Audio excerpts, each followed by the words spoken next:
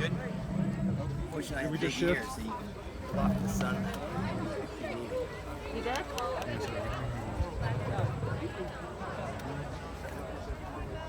Alright. Oh, I'm good. Okay, great.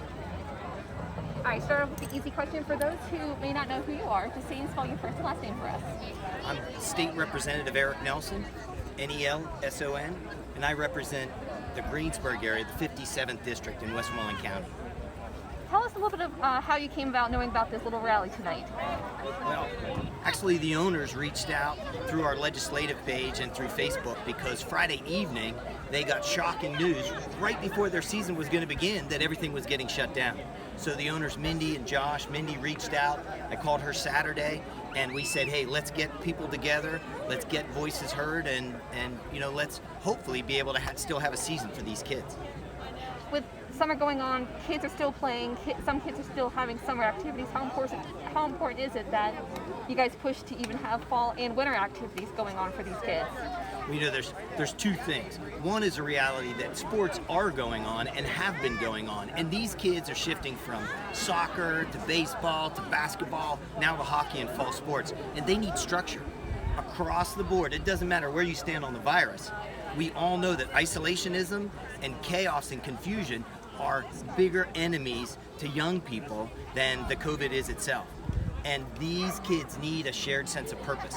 They need the guidance of a coach. They need the structure and the confidence to be able to move forward and play because everybody is working through this. We're really all in this together, and it's a matter of personal choice. The worst thing we can do is to have a single person on a whim change everything for hundreds of kids, and that's going to be a killer to our businesses here in the district. And how can that affect them socially? Because some of them already are not going back to school.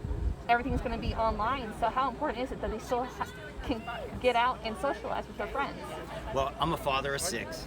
And let me tell you, the world of youth social media is brutal enough. And kids need interaction.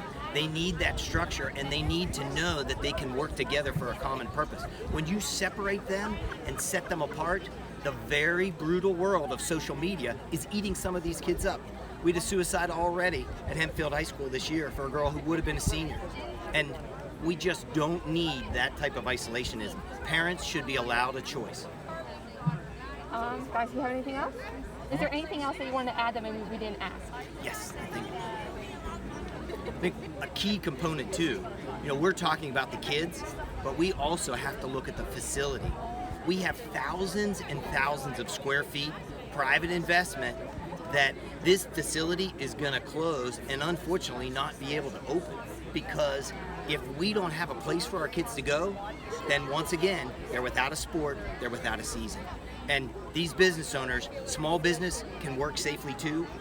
There are less people at a hockey match than there are at some of our big box stores. And I'm grateful that those stores are open, but small business should have the same opportunity as big business. It should be about expectations, not about individuals. Awesome. Leave it at that. Thank you so much. Thank you very much for Yeah.